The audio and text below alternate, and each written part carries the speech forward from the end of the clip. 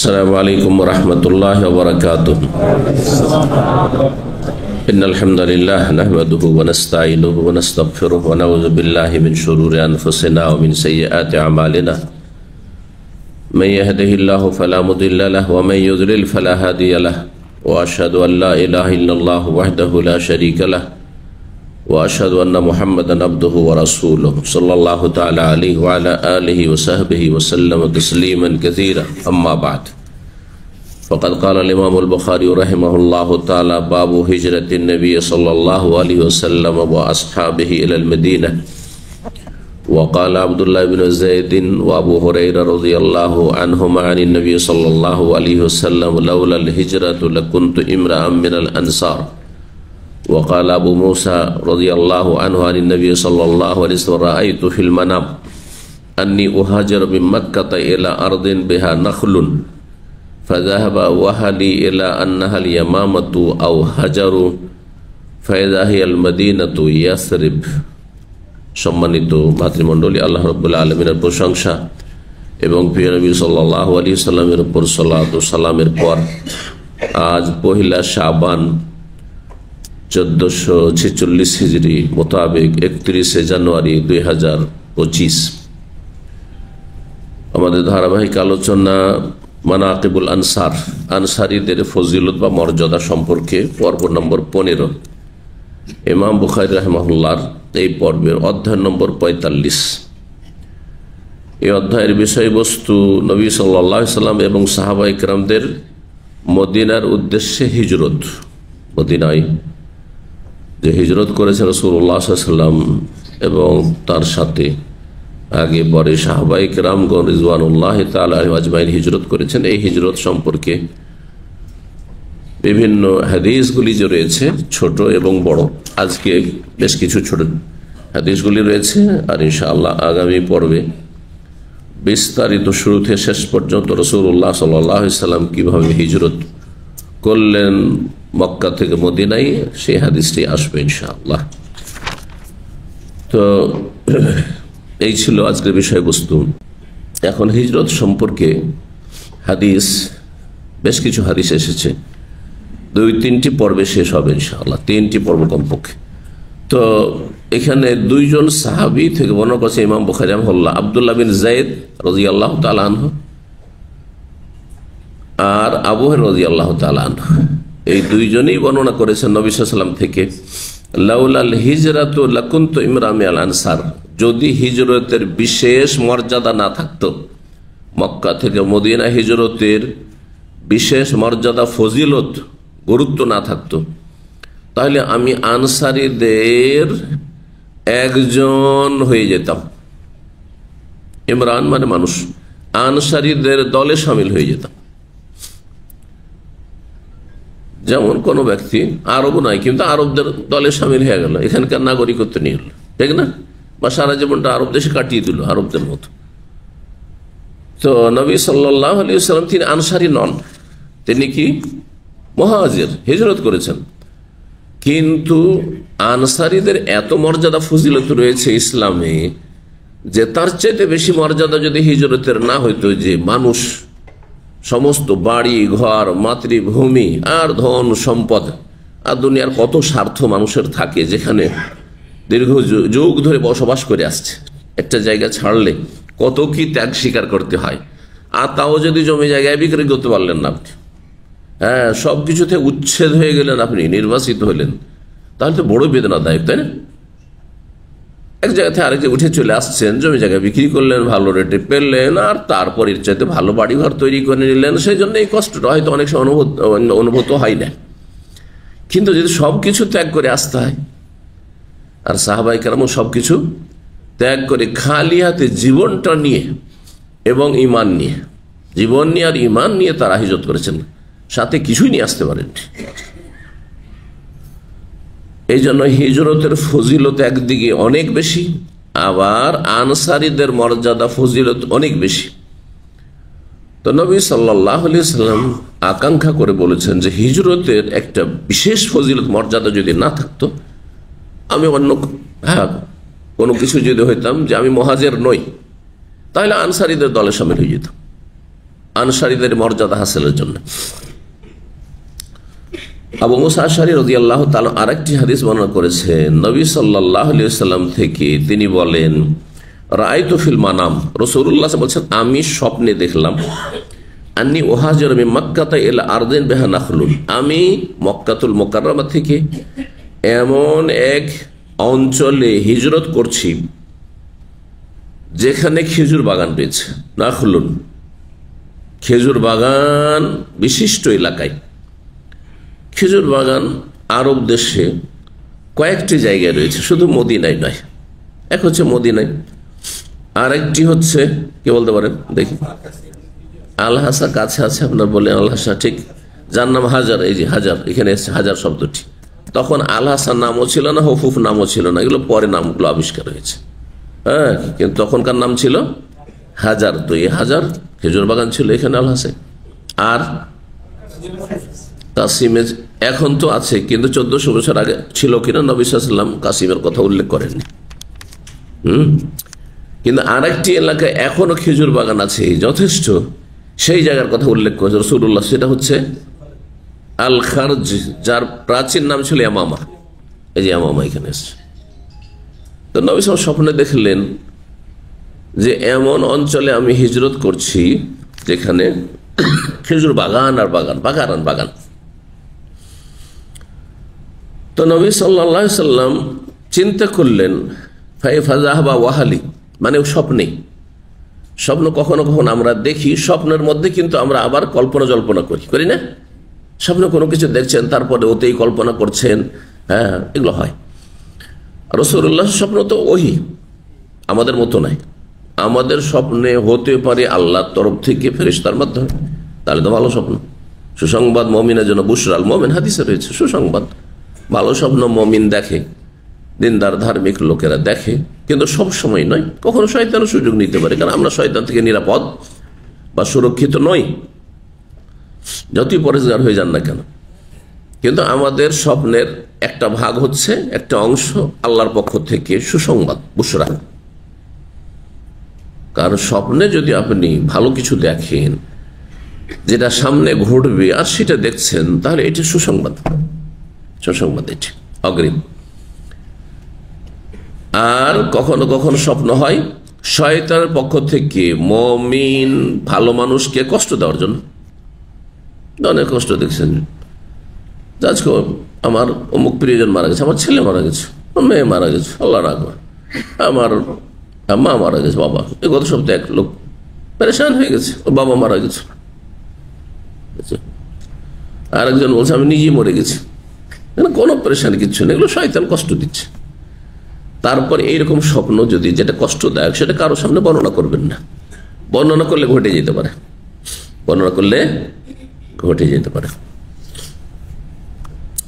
খারাপ লাগছে স্বপ্ন, শয়তান অনিষ্ট থেকে আল্লাহর কাছে আশ্রয় কামনা করেনি সেই খারাপ স্বপ্ন থেকে, আর চুপচাপ থেকে যান।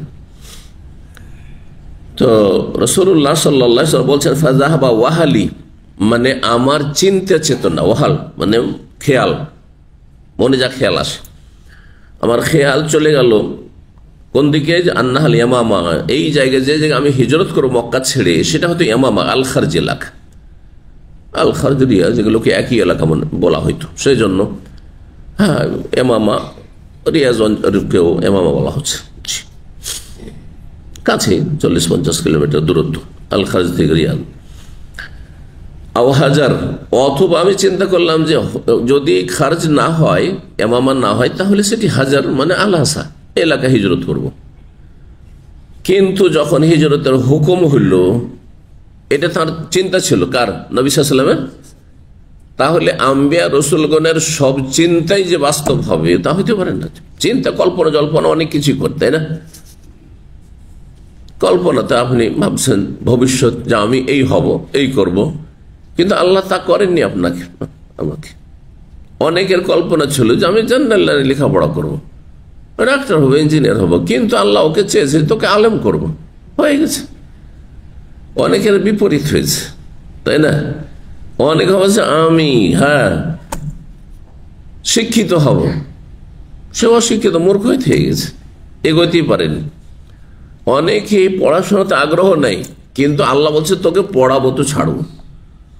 এমন পরিস্থিতি তৈরি করলো যে লেখাপড়া করার কোনো উপায় নেই, এমন পরিবেশ তৈরি হয়ে গেল। বিশেষ করে আলেম সমাজ অনেকে আছেন যাদের ইন্টারেস্ট হচ্ছে আমি বাস মাদ্রাসায় সীমিত তবু শিক্ষক, আমি ওই দাওয়া টাওয়া ওইসব ইন্টারেস্ট নাই। আহলে হাদিস সমাজে এটা একসময় আরো বেশি ছিল, দাওয়াতি কাজে একেবারে অনাগ্রহী। এখনো অনেক ওই রকম আছে, ওদের পাশ করে গেছে অথবা দেশে ভালো মাদ্রাসা লেখাপড়া করেছে, কিন্তু দাওয়ার কাজে না জুমার খুতবাটাও পড়াবে না। জুমার খুতবা যখন শুরু হবে তখন মসজিদে ঢুকবে যাতে কেউ উঠিয়ে না দেয়। বুঝতে পেরেছেন? এমনও আছে। আবার কেউ আছে খুতবা দেওয়ার জন্য আগে থেকে মেম্বারের কাছে এসে রেডি থাকবে, খতিব না হইল পারমিশন চাইবে, মসজিদের ইমাম খতিবের কাছে কি অনুমতি চাইবে। জি, মৌলানা আবু তাহের বর্ধমানী আহলে হাদিসদের বাংলাদেশে খুব বড় বরং সবচেয়ে বড় বলা যেতে পারে যে 2-3জন একসময় আমরা যখন ছোটকালে ছিলাম 2-3জন বক্তা ছিলেন, তাদের অন্যতম। নাম শুনেছেন কেউ? আবু তাহের বর্ধমানী কেন বলা হয়? যেহেতু তিনি অরিজিনাল বর্ধমানে ছিলেন, কিন্তু একটি বই লিখেছিল যেটা হিন্দুদেরকে আঘাত লাগে তাদের ধর্মে, যার ফলে তাকে ওয়ান্টেড হয়ে যায়, মোস্ট ওয়ান্টেড হয়ে যায়। তখন রাতারাতি একবারে হিজরত করে গিয়ে দিনাজপুর পৌঁছে গেলেন। স্বাধীনতার পরে সালটা ঠিক মনে নেই, 47-এর পরে। তো ভারত পাকিস্তান যে পার্টিশন হলো 1947-এ, তারপরে ঘটনা। তো ওই যে চলে গেলেন, ওনাকে কাছে থেকে দেখেছি, একটা বক্তব্য সরাসরি শুনেছি, আমাদের মাল্লাহে এসেছিলেন একবার। আর ওনার বই অনেকগুলি লিখনি পড়েছে। উনি পীরদের জমদূত ছিলেন, পীরদের সম্পর্কে অনেক বই লিখেছেন। পীরতন্ত্রের আজব লীলা। আমি ছাত্র জীবনে যখন 12-13 বছর বয়স বাংলা বই পড়তাম, এই বইগুলি পড়েছিলাম। জি, তার একটি বই আছে, বইগুলোর নাম আজব নাম, গিরেওয়ালা ব্যাম্বু। বুঝলেন তো? গিরাওয়ালা বাঁশ, জি, ব্যাম্বু, জি, কাঠোজ্যোতির জব, জি জি, হক মীমাংসা প্রসঙ্গে কিতাবের বইয়ের নাম, গল্পের মাধ্যমে জ্ঞান, এই বইগুলো সুবহানাল্লাহ এখন মেমোরিতে আছে। পড়েছি মনে হয় 45 বছর আগে, তারপর আর বইগুলো দেখিনি। যদি থাকে লাইব্রেরিতে কোনো যাতে পড়েছি, কিনেছি বইগুলো তা আছে, আর না হলে শেষ হয়ে গেছে, কিন্তু পড়েছি আলহামদুলিল্লাহ। তো রাহিমাহুল্লাহ তাআলা দুনিয়া থেকে বিদায় নিয়েছেন। দিনাজপুর শহরে বাড়ি তার। দিনাজপুরে কেউ আছে? ঠাকুরগাঁ, দিনাজপুর, রংপুর, পঞ্চগড় দূরে হয়ে গেল। উত্তরবঙ্গের লোক, আপনার ভর্তা তো পাওয়া যাবে না, লবণের মতো অবস্থা, তাই না? কিন্তু জিজ্ঞাসা করেন ব্রাহ্মণবাড়িয়া, কুমিল্লা, আর আরো অনেক জায়গারই। তো যাই হোক, উনি ছিলেন। আর একজন ছিলেন, আর কোন বক্তার নাম জানেন? ওই যুগের, সেই যুগের রেকর্ডের যুগ ছিল না, না হলে ওনাদের আলোচনাগুলি গুরুত্বপূর্ণ ছিল, বিশেষ করে বিদাতীদের বিরুদ্ধে আলোচনাগুলি খুব গুরুত্বপূর্ণ ছিল। জি, আর একজন হচ্ছেন আব্দুল্লাহ বিন ফজল। আব্দুল্লাহ নাম শুনেছেন? রাহিমাহুল্লাহ জামিয়ান। কি বললাম, কি বলতে গিয়ে?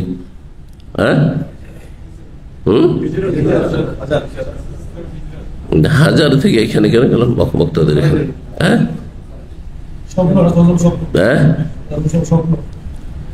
রাসূলুল্লাহ সাল্লাল্লাহু আলাইহি ওয়াসাল্লাম স্বপ্ন থেকে এখানে মিল কি হলো? মিলটা খুঁজে বের করেন।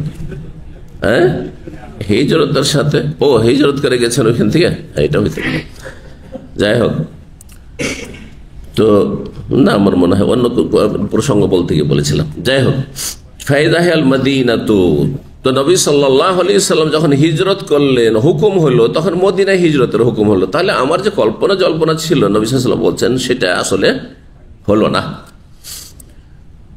মদিনার হিজরত, মদিনার প্রাচীন নাম কি ছিল ইসলামের পূর্বে? ইয়াসরেব। সেজন্য দুটোই বলা হয়েছে। ইয়াসরেব বলা অপছন্দনীয়। এখন কেউ যদি মদিনাকে ইয়াসরেব বলে, সেটা মাকরুহ, অপছন্দনীয়। সূরা আহজাবে ইয়াসরিব শব্দটি এসেছে, আল্লাহ রাব্বুল যখন খন্দকের যুদ্ধের কথা বর্ণনা করেছেন তখন ইয়াসরিব শব্দটি এসেছে। ইয়া আহলা ইয়াসরিব লা মুকামা লাকুম ফারজিউ ওয়া ইস্তাযিনু ফারীকুম মিনকুমুন নাবিয়্যা ইয়াকুলুনা ইন্না বুয়ুতানা আওরা ওয়া মা হিয়া বিআওরা। মুনাফিকদের কথা বলতে গিয়ে আল্লাহ বলেছেন ইয়াসরিব। কিন্তু নবী সাল্লাল্লাহু আলাইহি ওয়াসাল্লাম ইয়াসরিব নামটি জাহিলি যুগের নাম ছিল, কাফেররা বলতো, সেই নামকে পরিবর্তন করে নবী সাল্লাল্লাহু আলাইহি ওয়াসাল্লাম হিজরত করে আসার পরেই এই শহরের নাম হয়েছে আল মদিনা। আল মদিনা মানে শহর। তো আল মদিনা সংক্ষিপ্ত আকার মদিনাতুর রাসূল বা মদিনাতুন নবী, নবী সাল্লাল্লাহু আলাইহি ওয়াসাল্লামের শহর, নবী সাল্লাল্লাহু আলাইহি ওয়াসাল্লামের শহর, সেটাকে শর্ট করে দেওয়া হয়েছে আল মদিনা। জি, এখন আল মদিনার সাথে আল মদিনাতুন নববিয়্যা লাগান বেশি ভালো। যদি কেউ নবী সাল্লাল্লাহু আলাইহি ওয়াসাল্লামের শহর তাহলে হয়ে গেল মদিনাতুন নবী, মদিনাতুর রাসূল বলে না, আল মদিনা নববিয়্যা।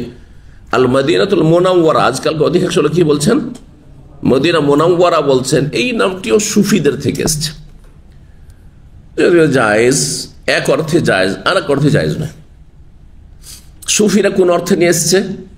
সুফিরা নিয়ে এসছে আল মদিনাতুল মুনাওয়ারা বেকবরির রাসূল সাল্লাল্লাহু আলাইহি ওয়াসাল্লাম,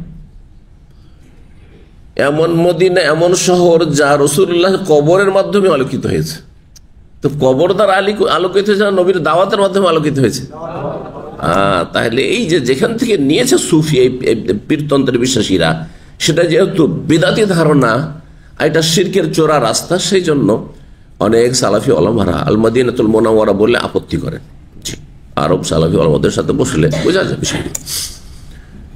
আমাদের দেশের লোকের মদিনা মুনাওয়ারা খুব কমই লোক বলে, কি বলে, মদিনা শরীফ করে দিয়েছে।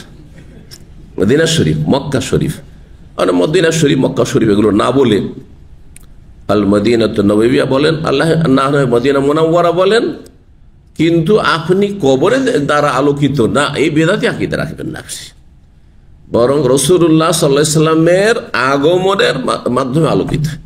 যেই দিন থেকে নবী মদিনা এসেছেন সেই দিন থেকে মদিনা উজ্জ্বল হয়েছে, আলোকিত হয়েছে, মুনাওয়ার হয়েছে।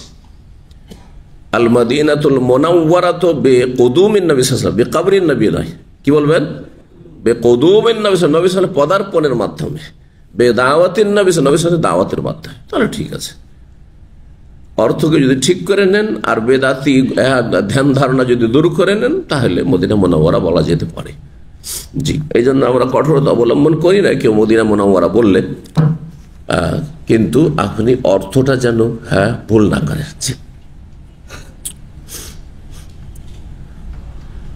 কেউ কোনো জায়গায় মারা গেছে বা দাফন হয়েছে, সেই জন্য সেই জায়গা আলোকিত, এইটা গুমরাহি। যেমন বলা হচ্ছে যে বাংলাদেশ হচ্ছে কত আউলিয়ার দেশ, 360 আউলিয়া না 12 আউলিয়া? আমার 360ও বলে। 360 আউলিয়ার দেশ মানে ওই যে কবর আছে তার মধ্যে অনেকগুলি ভুয়া কবর। বায়েজিদ বোস্তামি, সে কুখ্যাত একজন সুফি ছিল, কুখ্যাত সুফি। সে বলতো, তার যখন আলোচনা করতো, আমি আলোচনা করছি, বলতো সুবহানি মাযামা শানি, মানে আমি হচ্ছে পাক পবিত্র, আমার শান কতই না বড়, মানে তার মধ্যে আল্লাহ হুলুল করে এসছে। ইমাম হোসেন সাহেব যে বলছিলেন না, ওই কথাগুলির সাথে মেলাবে, তাহলে বুঝতে পারবেন এর চেয়ে বড় কুফরি কি হইতে পারে। এই তো ফেরাউনের কথা, জানা রব্বুকুমুল আ'লা। ফেরাউনকে ফেরাউন মনে করছেন, কিন্তু ওই ফেরাউনের কথা বললেই এরা বলেছে তাদেরকে ওলিউল্লাহ মনে করছেন। না, শয়তানের ওলিয়ারা সব, শয়তানের ওলি সবজি। আপনি কি করে আলোকিত মনে করছেন দেশকে? আর তারপরে কবর দিয়ে কি করে আলোকিত হয়? ধরেন কোন সহিহ আকীদার আলেমে আপনার দেশে দাফন হয়েছে, তার জন্য কবর দ্বারা আলোকিত না? কখনো না, কখনো নাই। বিদআতি আকীদা যা শিরকের রাস্তা, শিরকের চোরা রাস্তা। আপনি যদি ভাবেন যে সেখান থেকে নূর পাবো, ফাইজ পাবো, বরকত পাবো, যেমন সমস্ত সুফি, দেওবন্দি, বেরেলভী, সমস্ত সুফিদের, তাবলীগী, সবারই আকীদা ভ্রান্ত আকীদা, তার এটা শিরকি আকীদা। কবর থেকে কোনোদিন কিছু বরকত আসতে পারে না। আমি আল্লাহর নেক বান্দার কবরের কাছে দাঁড়িয়েছি, সেজন্য সেখান থেকে আমার অন্তর আলোকিত হবে, এটা শিরকি কথা। জি, আল্লাহ হেফাজত করুন। তো মদিনার নাম বলে, মদিনার নাম তাবা, তাবা বলেন, মদিনার নাম তাইবা। এরকম মদিনার ভালো ভালো নাম রয়েছে হাদিসে। মদিনার ফজিলতে আমি নামগুলি উল্লেখ করেছি। 3897 নম্বর হাদিস বর্ণনা করছেন আবু ওয়াইল তাবেঈ শাকীক। তিনি বলছেন উদনা খাব্বাবান, আমরা একবার খাব্বাব বিন আরাত রাদিয়াল্লাহু তাআলা আনহুর অসুস্থ অবস্থায় পরিচর্যা করলাম বা খোঁজ খবর নিলাম, ইয়াদত করলাম, মানে দেখতে গেলাম। ইয়াদত শব্দটির শাব্দিক অর্থ বাংলায় আমি খুঁজে পাই না। এত ব্যাপক অর্থ হতে আছে যে একটা শব্দ দিয়ে তাকে ব্যক্ত করা অসম্ভব। আরবিতে ইয়াদাতুল মরিজ, বাংলা কি বলবেন এটাকে? যদি ইয়াদত বললেন আর ভাব অর্থ পুরা বুঝেন তাহলে ঠিক, আরবি শব্দ হলো ইয়াদাতুল মারিজ। এক মুসলিমের আর এক মুসলিমের ওপর হক হচ্ছে ইয়াদাতুল মারিজ, যে 6টি হক তার একটি এটি। আর যদি বলেন ওর ইয়াদাতের একটা দিক হচ্ছে পরিচর্যা করা, মানে সেবা শুশ্রূষা করা, হ্যাঁ, খোঁজ খবর নেওয়া, দেখতে যাওয়া, কিন্তু সবগুলি সীমিত অর্থ, সবগুলি একটা একটা সাইড তুলে ধরেছে। দেখতে গেলেন আপনি খেদমত করলেন, সেবা শুশ্রূষা করলেন না, তাহলে একটা সাইড করলেন আপনি, একটা অংশ। দূরের লোকেরা সাধারণত এরপর অসুস্থ মানুষকে দেখতে গেলেন, অথবা রাস্তাতে মসজিদে দেখা হলো, সালাম আলাইকুম সালাম, অসুস্থ আছেন, কেমন আছেন, আল্লাহ শিফা দিক, দোয়া দিলেন, ওইখানে ওইটাই ইয়াদত হয়ে গেল। জরুরি নয় যে তার বাসাতে বাড়িতে যেতে হবে ডিস্টার্ব করার জন্য, যাওয়ার মতো হলে যাবেন, না হলে যেখানে দেখা হয়ে গেল ইয়াদত হয়ে গেল, বুঝছেন না? কিন্তু যারা নিকট আত্মীয়, ঘনিষ্ঠ বন্ধু, রুমমেট, শুধু অসুস্থ আছে, আরে একটু দেখলো বাস হয়ে গেল, তাকে হাসপাতালে নিয়ে যাবে, এটা ইয়াদতের শামিল। হাসপাতালে থাকলে একটু দেখতে যাবে, হ্যাঁ, খোঁজ খবর নিতে যাবে, কি অবস্থায় আছে, হ্যাঁ, তার সেবা শুশ্রূষা পরিচর্যা করবে, খাওয়া দাওয়া কি লাগবে। নিকট আত্মীয় হইলে, কাছের লোক হলে, ঘরের লোক হলে, এই না যে অসুস্থ মানুষ বিছানায় পড়ে আছে সারাদিন, হ্যাঁ, ধুমধাম মোবাইল নিয়ে পড়ে আছে বাড়ির লোকেরা, আর কেউ খোঁজ নিচ্ছে না, বেচারা চিৎকার করছে অথবা বলতেও পারে না, আর কি যে মানসিক অশান্তিতে আরো রোগ বেড়ে যাচ্ছে। আজকালকার বাস্তব অবস্থায় এমনটা নয়।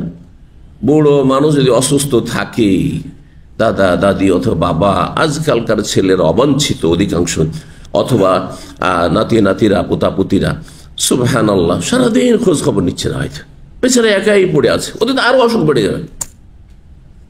অসুস্থ মানুষের কাছে সবসময় ধর্ণা দিলেও কষ্ট, আবার যদি ঘন্টার পর ঘন্টা কাউকে দেখতে না পায় তাহলে হ্যাঁ, এটা একটা বড় কষ্ট, অশান্তি। এই বিষয়গুলো বুঝতে হবে। তো যাই হোক, বলতেন খাব্বাব রাদিয়াল্লাহু তাআলা আনহু তাহলে শেষ অবস্থায় অসুস্থ ছিলেন। আবু ওয়াইলের সাথে বলছেন আমরা তাকে দেখতে গেছিলাম। ফাকালা, তখন তিনি বললেন, হাজারনা মান নবী, নবী সাল্লাল্লাহু আলাইহি ওয়াসাল্লাম আমরা হিজরত করেছি, নরিদ ওয়াজহ আল্লাহ, আমাদের উদ্দেশ্য ছিল কি? আল্লাহর সন্তুষ্টি। মক্কাতে মদিনা কেন এসেছিলাম? আল্লাহর সন্তুষ্টি অর্জনের জন্য, দুনিয়ার গরজে নাই। আজকে যদি আমরা সৌদি আরবে আসি, কিসের গরজে এসছি? দুনিয়ার গরজে, রুজি রোজগার আছে সেই জন্য এসছে, ঠিক না? তার সাথে নিয়তটাকে সুন্দর করতে চান যাতে সওয়াব পান, তাহলে আরো দুটো, 1 নম্বর 2 নম্বর অ্যাড করবেন, 3 নম্বরে রুজিটাকে রাখবেন। এর আগে অনেকবারই বলেছি, কে বলতে পারেন?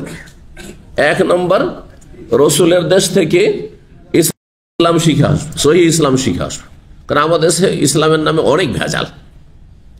বিশুদ্ধ ইসলামটা শিখে আসবে, তার নিয়তটা ভালো হয়ে গেল আপনার, যে আপনি বাংলাদেশ থেকে এখানে হিজরত করে এসেছেন, যদি অস্থায়ী হিজরত, এটি প্রবাস জীবনটা হচ্ছে, এটা এক ধরনের হিজরত, কিন্তু অস্থায়ী হিজরত, স্থায়ী নয়। হ্যাঁ, তো এটা 1 নম্বর সুন্দর হয়ে গেল। এলেম নিয়ে গেলেন এখান থেকে, সবচেয়ে বড় সম্বল। দিনদারি নিয়ে গেলেন, পরেশগান নিয়ে গেলেন, ভালো মানুষদের সাথে উঠা বসা করে। 2 নম্বর হচ্ছে হজ উমরা নিয়ে গেলেন, ওইটাও নিয়ত করলেন। 3 নম্বরে, আল্লাহ আমি এসছি রুজি রোজগারের জন্য, হালাল রুজি নেব, আমি হারাম নেব না। এখানেও হালাল খাবো, হালাল উপার্জন করব, হারাম নিয়ে যাব না এখান থেকে, এইটাও আপনার সৎ নিয়ত। কারণ অনেকে আসছে, হালাল হোক আর হারাম হোক, 6 লাখ 7 লাখ 10 লাখ খরচ করে এসছি, রাতারাতি উঠেইতে হবে, যার ফলে সব রকম ব্যবসা করছে, সব রকম কারবার করছে অসৎ লোকেরা। না, আপনি ওই অসৎদের দলে সামিল হবেন না আপনি। তো আর যারা পশ্চিমা দেশে যাচ্ছে, হ্যাঁ, কিসের জন্য যাচ্ছে? ইসলাম প্রচারের জন্য। শতকরা কয়জন? 1 জন পাবেন না, 1000 1 জন পাবেন না আপনি। 1 লক্ষে হয়তো একজন খুঁজে আপনি পাবেন কিনা। হ্যাঁ, তারপর ইসলাম প্রচারের জন্য যাবেন, তাহলে আপনাকে ইসলাম সম্পর্কে অলরেডি মুসলিম দেশ থেকে উচ্চ শিক্ষিত হয়ে যেতে হবে। এই না যে মূর্খ গেছে আমি দাওয়ার কাজে এসেছি। একজন প্রশ্ন করছে যে আমি এখানে ইসলাম প্রচারের জন্য যদি আমার ছেলে মেয়েদেরকে এখানে রাখি তো কেমন হবে। আমি বলি আপনার ছেলেমেয়েরা ইসলাম শিখার জন্য, আরে পশ্চিমা দেশে আবার ইসলাম শিখার কি আছে? ওখানে ইসলাম শিখবেন মুসলিম দেশে এসে শিখবেন, ইসলাম শিখবেন 1 নম্বরে সৌদি আরবে এসে শিখবেন, তারপরে অন্য মুসলিম দেশে শিখবেন। যদি সৌদি আরব সুযোগ না হয় তবে মিশরে গিয়ে ইসলাম শিখেন। কিন্তু সেখানে যেহেতু বেদাতিও আছে আর সুন্নতিও আছে, সুতরাং যারা কোরআন সুন্নাহর অনুসারী ওলামা অত হাফেজ কারি তাদের কাছ থেকে শিখবেন আপনি। এইরকমই যদি আপনি মনে করেন যে আমি ইসলাম শিখবো, আমার ছেলে মেয়েদের ইসলাম শিখবো, তাহলে বাংলাদেশে শিখবেন, মুসলিম দেশে যেখানে মসজিদ আছে, মাদ্রাসা আছে, দিনী প্রতিষ্ঠান আছে, কিন্তু বেদাতি মাদ্রাসা শিখাবেন না আপনি। ফায়দা কি করলেন আপনি? তো দাওয়ার কাজে গেলে এই নয় যে যাচ্ছেন আপনি দুনিয়াদারি আর ইসলাম সম্পর্কে কিছুই তেমন জানেন না, কি দেবেন আপনি? পকেটে পয়সা থাকলে না দান সাদকা করবেন আপনি, পেটে এলেম নাই আর বলছে আমি দিনের কাজ করবো। কিসের দিনের কাজ করবেন আপনি? আগে এলেম শিখেন।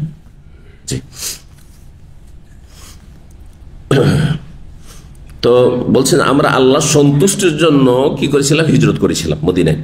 ফাওয়াকাজরুন আলাল্লাহ, সুতরাং আল্লাহর কাছে আমাদের পারিতোষিক সাব্যস্ত হয়েছে, মানে আল্লাহ আমাদেরকে তার প্রতিদান দিয়েছেন। এটি ইয়াকিন ঈমান।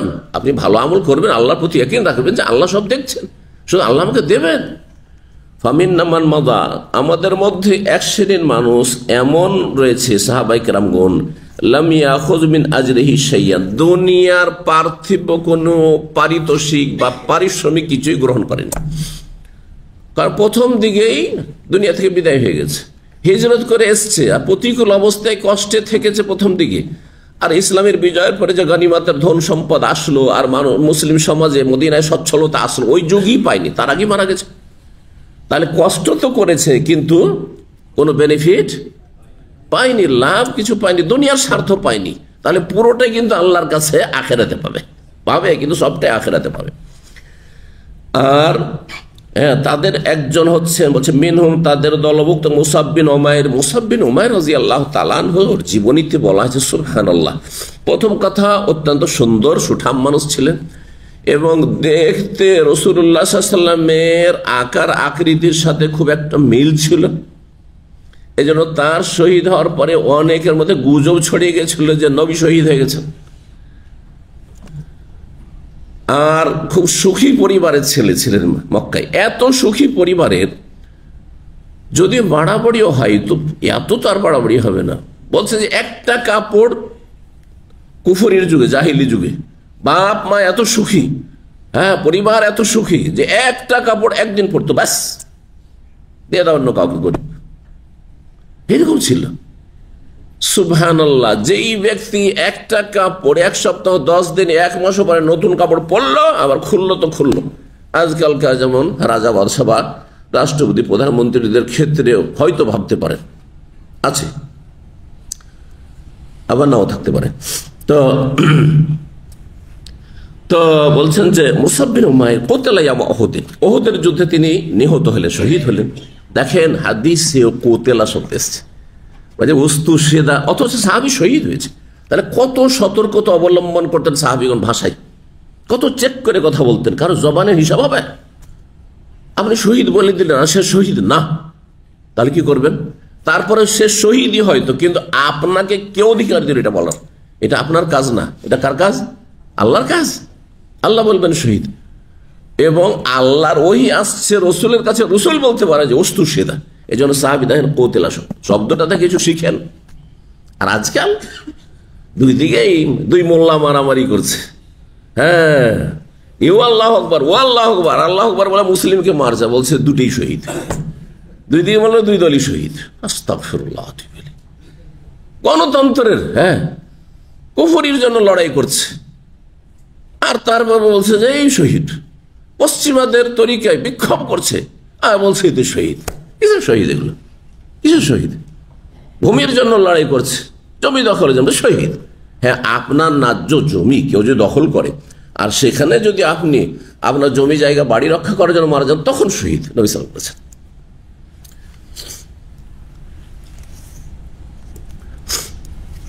তো বলছেন যে ওহদের দিনে তিনি শহীদ হয়েছেন। ও তারাকা নামেরাতান, সুবহানাল্লাহ, ইসলাম কবুলের পরে দরবেশী জীবন, সুবহানাল্লাহ। বলছেন একটি শুধু তার কাছে চাদর আছে, কিছু নেই, গোটা শরীরে একটি চাদর। তার একটা চাদরে মানুষ নিজের ইজ্জত কেমন করে ঢাকে। যেমন ছোটকালে আমাদের মা খালার কি করেছে, তখনকার যুগে সোয়েটার মুইটার ছিল না, আর এই জ্যাকেটের নামই জানতাম না। প্রথম সোয়েটার সাবালক হওয়ার পরে একটা সোয়েটার তাও বুনিয়ে দিত, বুঝান হ্যাঁ, হাতে হাতে। সে যুগে কেউ কেউ শিখলো এগুলো। আর তার আগ পর্যন্ত একটা সুতি চাদর, এই উলের চাদর না, সুতি চাদর, বড় চাদর এইভাবে দিল, বেঁধে এখানে বাঁধা থাকলে আর নিচ পর্যন্ত আছে, ব্যাস অতি ইজ্জত রাখা হচ্ছে, অতি ইজ্জত রাখা হচ্ছে। এটা নবী সাল্লাল্লাহু আলাইহি সাল্লামের সাহাবায়ে কেরামদের জামানার কথা বলছি। আমাদের যুগে এই চাদর থাকতো, তার নিচে হতে একটা কারো পাঞ্জাবি হলে পাঞ্জাবি আছে, আমার মাদ্রাসার ছাত্র, আর না হলে কি আছে, একটা শার্ট আছে, শার্টের নিচে গেঞ্জি। এই যে আপনার আজকাল ভাবতে পারেন যে শুধু শার্ট নিচে গেঞ্জি নেই, আমাদের এই বয়সে, এই সব ছেলেদের বয়সে আমরা যে বাস পাঞ্জাবি তো পাঞ্জাবি, ঘামে ভিজে গেছে, শরীর দেখা যাচ্ছে, গেঞ্জি নেই। জি, কিন্তু ওই জীবনে বরকত ছিল, ওই জীবনে লেখাপড়াতে বরকত ছিল, কষ্ট করে পড়াশোনাতে জি দিন দুনিয়ার বরকত ছিল। আর যত পয়সা বাড়ছে তত বেশি বিলাসিতা বাড়ছে, যার ফলে ছেলেদেরকে এত পয়সা খরচ করে মাসের মাসে এত ফিস দিয়ে পড়িও অযোগ্য সব হচ্ছে, পড়ে মানুষ হতে চায় না। আল্লাহ হেদায়েত দান করুন। একটা চাদর শহীদ হওয়ার সময় এই একটি চাদর পাওয়া গেছে, এই নয় যে কাফনের কাপড় আসতে আছে আর 70 জন শহীদদের জন্য কাফন কাটা হচ্ছে আর সেখান থেকে দাফন করা হচ্ছে আজকালকার মতো। হ্যাঁ, না না, যার যা কাপড় গায়ে আছে ওইটাই দিয়ে কাফন, আলাদা কোনো কাপড়ের ব্যবস্থা নেই। কাফনের দায়িত্ব হচ্ছে আসল যে ব্যক্তি মারা যাবে তার পরিবারের দায়িত্ব, গ্রামবাসীর দায়িত্ব নয়। কারণ আমাদের দেশে গ্রামবাসী কাজগুলি করে, যার ফলে মনে করে কেন ভাই সারা জীবন নিজের পয়সায় কাপড় পরলাম আর মারা যাওয়ার পরে হ্যাঁ কাফনটা নিতে হবে ওই গ্রামবাসীর, হ্যাঁ আমাদের অঞ্চলে বলে 10-এর টাকা থেকে, বাইতুল মাল থেকে। এটা মানহানি নয় মাইয়াতের, ওটাই না। আপনাকে যদি জাকাতের পয়সা, সাদকার পয়সা থেকে যদি আপনাকে জুব্বা তৈরি করে দেওয়া হয়তো, অথচ আপনি সচ্ছল নেবেন, তাহলে আপনি কাফন কেন নেবেন? আপনি 10-এর কাফনের পয়সা আপনার বাপের পয়সা দিয়ে হবে, আপনার জমি জায়গা থেকে হবে, তারপর টাকা পয়সা ভাগ হবে। জি, তো একটি চাদর ছিল, ফাকুন্নাই জাগাত্তাই না বিহা রাসাহু, আর চাদরটি এত লম্বা করেও দেখলাম যে মানুষ লম্বা আর চাদর এত লম্বা নয়, মাথা যদি রাখছি তো বাদাত রিজালাহু, তার 2 পা খুলে যাচ্ছে, 2 পা খোলা থেকে যাচ্ছে। ওই জাগাত্তাই না রিজলাইহি, 2 পাকে যদি ঢাকতে যাচ্ছি বাদা রাসো, তাহলে মাথা খোলা থেকে যাচ্ছে, মুখমণ্ডল খোলা থেকে যাচ্ছে। ফামারা রাসূলুল্লাহ সাল্লাল্লাহু আলাইহি ওয়াসাল্লাম আনুগাতিয়া রাসহু, আমাদেরকে রাসূলুল্লাহ বললেন যে মাথার দিক যেহেতু শ্রেষ্ঠ অঙ্গ সেজন্য মাথা ঢেকে দাও। একমাত্র কোন মাইয়েতের মাথা ঢাকা যাবে না? দেখি আপনাদের, হ্যাঁ কে বললো শহীদ? হ্যাঁ, এহরাম অবস্থায় থাকলে, হজের এহরাম হোক আর উমরার এহরাম হোক, যদি এহরাম অবস্থায় মারা যায় তাহলে যেহেতু জীবিত অবস্থায় এহরাম পরিহিত যখন, তখন মাথা খোলা থাকতে হবে, সেই জন্য ওই অবস্থাতে যাতে হাসরের মাঠে উঠতে পারে মাথা খোলা থাকবে, বুঝতে পেরেছেন? আর বাকি শহীদ হলেও কি করতে হবে? মাথা ঢাকতে হবে। হ্যাঁ, শহীদের আবার গোসল দেওয়া যাবে না। শহীদ যদি শহীদুল মারেক, আল্লাহ রাস্তায় যদি শহীদ হয়, হ্যাঁ আল্লাহর কালেমাকে উঁচা করতে গিয়ে, তাহলে রক্তগুলো রাখতে হবে, এই জন্য গোসল দিতে হবে না। এই রক্তগুলি তার প্রমাণ বহন করবে হাসরের মাঠে, ওর কথা বলা দরকার নেই। আল্লাহ তোমার জন্য এই রক্ত ঝরিয়েছি, কোরবানি, জীবনকে কোরবানি করেছি, যথেষ্ট তার ক্ষমার জন্য। তবে ঋণ থাকলে আবার আল্লাহ মাফ করবেন না। আল্লাহর রাস্তায় শহীদ এত বড় মর্যাদা, তারপর যদি কারো টাকা পয়সায় রেখে দেন আর সে মাফ না করে থাকে, তার কখনো মাফ হবে না, নেকি থেকে দিতে হবে সেদিন। সাবধান সাবধান। রাসূলুল্লাহ বলছে মাথাটা ঢেকে দাও, ওয়ানাজআলু আলা রিজলিহি শাইয়্যাম মিন ইযখির, তাহলে পা কি করবো? পা জেগে থাকার পায়ের উপর মাটি চাপিয়ে দেবে? না, তার উপর একটু ঘাস চাপিয়ে দাও, ঘাস দিয়ে দাও, ঘাস দিয়ে ঢেকে দাও। ঘাস তাহলে একটা অংশ কাফনের কাজ করলো। ইযখির ঘাস আরব দেশে, বিশেষ করে মক্কা মদিনায় ইযখির ঘাস খুব বেশি হইতো। তো এই চাপিয়ে দাও আর তারপরে ধর মাটিয়ে দাও। ওয়ামিন্না মান আইনাত লাহু সামারাতুহু, আর আমাদের মধ্যে আবার কেউ করেছেন যারা দীর্ঘায়িত হয়েছেন আর ইসলামের বিজয় দেখেছেন। হ্যাঁ, হুনাইনের যুদ্ধ হয়েছে, যথেষ্ট তারা বাইতুল মাল পেয়েছে। খয়বারের যুদ্ধ হয়েছে, সেখান থেকে গনিমত পেয়েছে। আর তারপরে আরো বিভিন্ন জায়গা থেকে বিভিন্ন যে বাইতুল মালের দিকগুলি রয়েছে, সেটা গনিমত, ফাইয়ের সম্পদ, খারাজের সম্পদ, জিজিয়ার সম্পদ, এই সমস্ত সম্পদগুলি হচ্ছে রাষ্ট্রীয় সম্পদ বা রাষ্ট্রীয় সম্পদের উৎস ইসলামে। এগুলো থেকে যখন আসলো অঢেল ধন সম্পদ নবী সাল্লাল্লাহু আলাইহি ওয়াসাল্লামের শেষ জীবনে সাহাবায়ে কেরাম দেখেন, কিন্তু নবী সাল্লাল্লাহু আলাইহি ওয়াসাল্লাম নিজে রাখতেন না, কোনো কিছু রাখতেন না। দিনের বেলা এসছে, সন্ধ্যা হওয়ার আগে আগে সব বিতরণ করে শেষ, সব বিতরণ করে শেষ। অনেক সাহাবায়ে কেরাম ছিলেন এই নবী চরিত্রে, যার ফলে দেখা যায় তার সারা জীবন অভাব থাকতো। এত যে অনেক ধন সম্পদ আসলো, তো আবু বকরের বাড়িতে, ওমরের বাড়িতে কেন অভাব? কেন অভাব তাহলে? হ্যাঁ, আসলে কি অভাবী? না, তারা অভাবের দারিদ্রের জীবনটাকে তারা বেছে নিয়েছিলেন, যাতে করে হাসরের মাঠে হাজির হইতে গিয়ে বোঝা মাথায় করে হাজির না হইতে হয়, শরীরটা হালকা করে যাতে করে দ্রুত বেগে হাজির হইতে পারি। আল্লাহু আকবার। কারণ সেখানে যখন হিসাব শুরু হবে, যারা বেশি বোঝাওয়ালা সেখানে খুব হিমশিম খাবে। হিসাব শুরু হয়ে যাবে, এই টাকা পয়সাগুলোর হিসাব দাও, কোথা থেকে ইনকাম, ইনকাম সোর্স কি, আর কোথায় খরচ করেছি, এই হিসাব দিতে দিতে 500 বছর চলে যাবে। সেই হাদিস।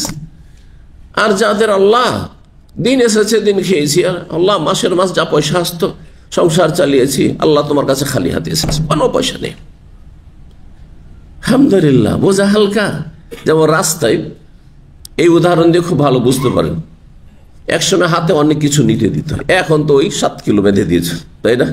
প্লেনে সফর যখন করছেন, কত 7-8 কিলো, আর খুব বেশি যদি আপনার জন্য একটু কি করে, যেটাকে আপনাকে ছাড় দেয়, তাহলে সেটা হচ্ছে 10 কিলো, তার বেশি নয়। কিন্তু এক সময় মদিনা ইউনিভার্সিটিতে পড়েছি, এই হাতে একটা 20 কিলো, এই হাতে একটা 20 কিলো, ওটাইতে পারি না।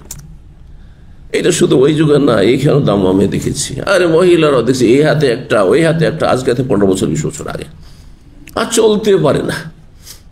গিয়ে প্লেনে উঠবে, বেচারাদের মহিলা পুরুষ কত যে কষ্ট হচ্ছে। আমি অনেক সময় দেখেছি যে আমার হাত হালকা আছে, একটাই শুধু আছে, আর মহিলা মানুষ উঠতে পারে না, দিয়ে দাও, এটা আমাকে দিয়ে দাও, বা দিয়ে দেন, আমি নিয়ে গিয়ে এগিয়ে দিলাম। যে এটা আমার উত্তম চরিত্র, আমি চেষ্টা করি এরকম, যে একটা লোকের কষ্ট হচ্ছে, বুড়ো মানুষ অথবা বুড়ি মানুষ, বয়সিক অথবা মহিলা মানুষ, যা হেল্প করে দিলাম।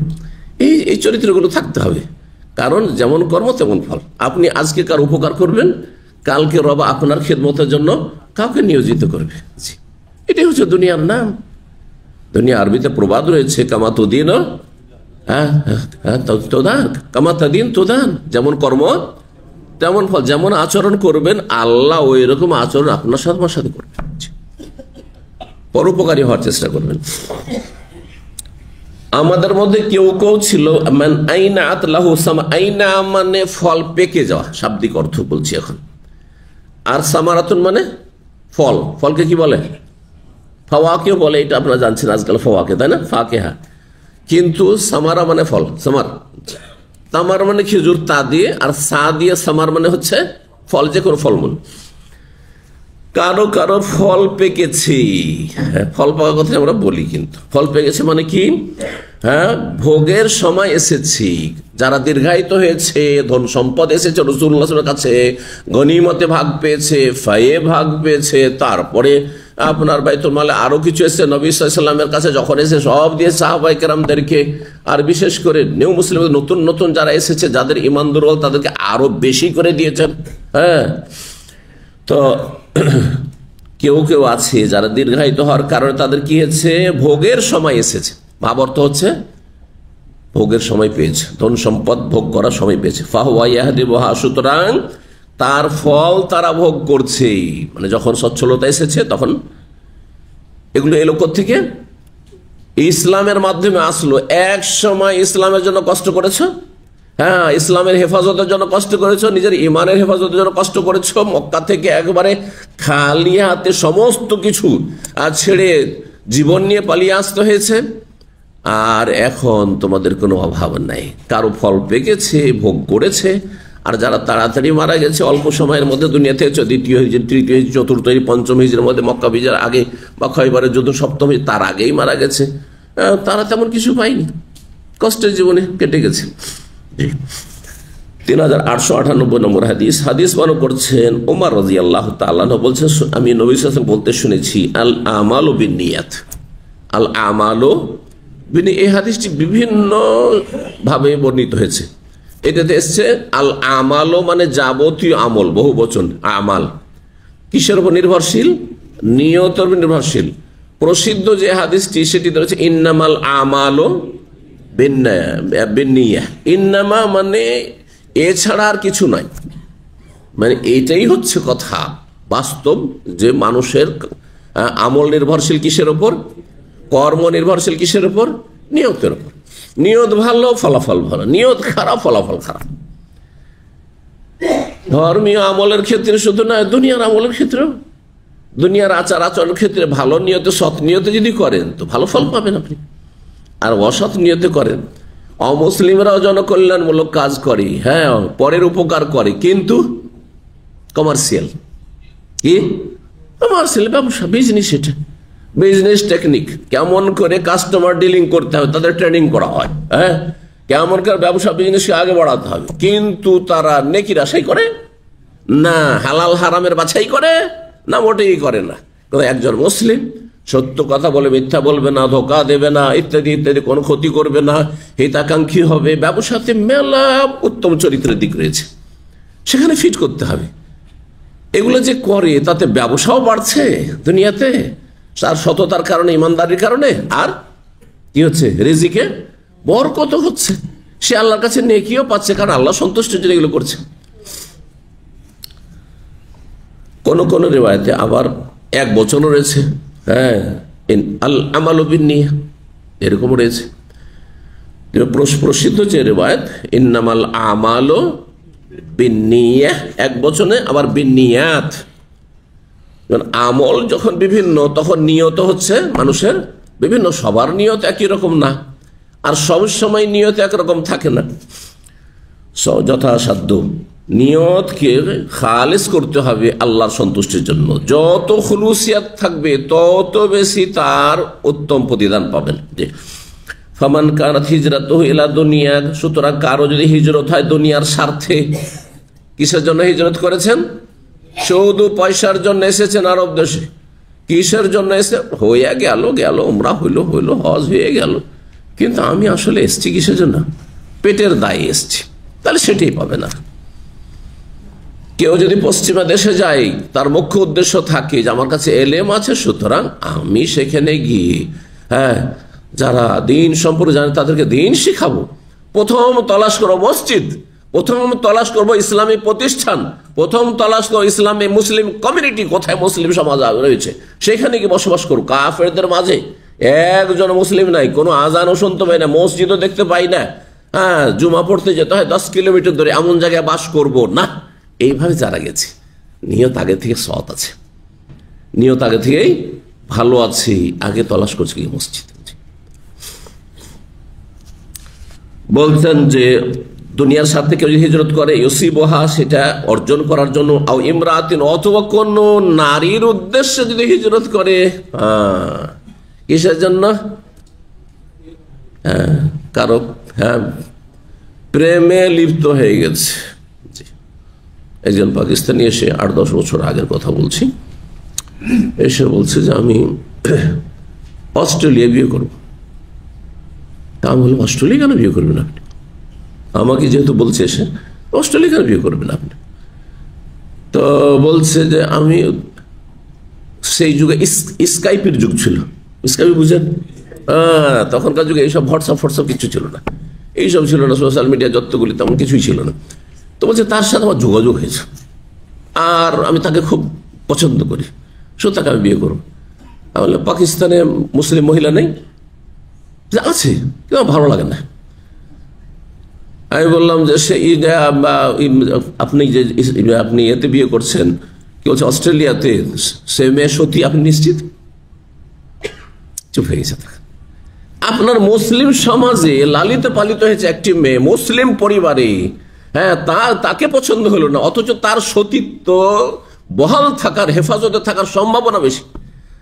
আর একটা অমুসলিম ঘরে, হ্যাঁ, প্রতিপালিত হয়েছে একজন মহিলা, তার সতীত্ব নষ্ট হওয়ারই সম্ভাবনা বেশি।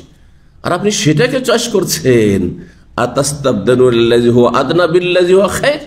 আল্লাহ যেটা উৎকৃষ্ট দিয়েছেন ওইটা বাদ দিয়ে আপনি নিকৃষ্টটা নিতে যাচ্ছেন। আপনি আল্লাহ বুঝার তৌফিক দান করুন। এই জন্যই প্রেম করে যারা বিয়ে করে এরা কোনোদিন সুখী হয় না।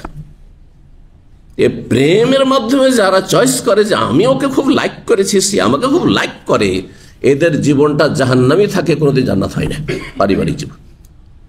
আপনি দেখে শুনে পরিবারের কাছাকাছি গিয়ে তারপরে বিয়ে করুন। কারণ আপনার উদ্দেশ্য কি?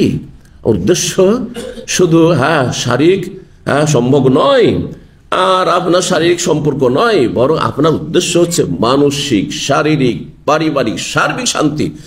এবং এটি আমার জন্য জমি জায়গার মতো, জমি জায়গা যেমন উর্বর, শক্তি সম্পূর্ণ হবে, আর বীজও ভালো হবে, তেমন সেখানকার ফসল পানি হবে, ফসল হবে। সুতরাং আপনাকে এগুলো চিন্তা করতে হবে। তা আমি যে একটা অসতী মেয়েকে প্রেম করে বিয়ে করবো, তা আমার মেয়ে তো কালকে প্রেম করবে স্বাভাবিক হয়, আমার ছেলেও তো প্রেম করবে, লম্পটি করে বেড়াবে। জি, তো নবী সাল্লাল্লাহু আলাইহি ওয়াসাল্লাম বলছেন, কোন মহিলার উদ্দেশ্যে কেউ যদি আসে বিয়ে করার জন্য, ইয়াতাযাওয়াজুহা, বিয়ে করার জন্য, ফাহিজরাতু ইলা মা হাজার ইলাইহি, তাহলে তার হিজরত হচ্ছে যে উদ্দেশ্যে সে হিজরত করেছে সেটাই। কোন নেকি সওয়াব আল্লাহর কাছে পাবে না। কিন্তু যদি আল্লাহর দ্বীনের জন্য, ইসলামের জন্য, ইসলাম শিখবো অথবা ইসলাম শিখাবো, ইসলামের প্রচার প্রসার করবো, হ্যাঁ, ভালো মানুষ বানাবো, আর আমার মধ্যে যোগ্যতা রয়েছে, আপনি নিজের মধ্যে যোগ্যতা নাই, কি করে বানাবো? আপনি নিজেকে বানান আগে। তো কারো হিজরত যদি আল্লাহ এবং রসুলের উদ্দেশ্যে হয়, আল্লাহ রসুলের উদ্দেশ্যে মানে আল্লাহ সন্তুষ্টির উদ্দেশ্যে, আর রসুলের পদ্ধতির তরিকাতে। রসুলের সন্তুষ্টি বলা যাবে না, ঢালাওভাবে করতে গিয়ে আল্লাহর সাথে নবীকে শরীক করে দেবেন না।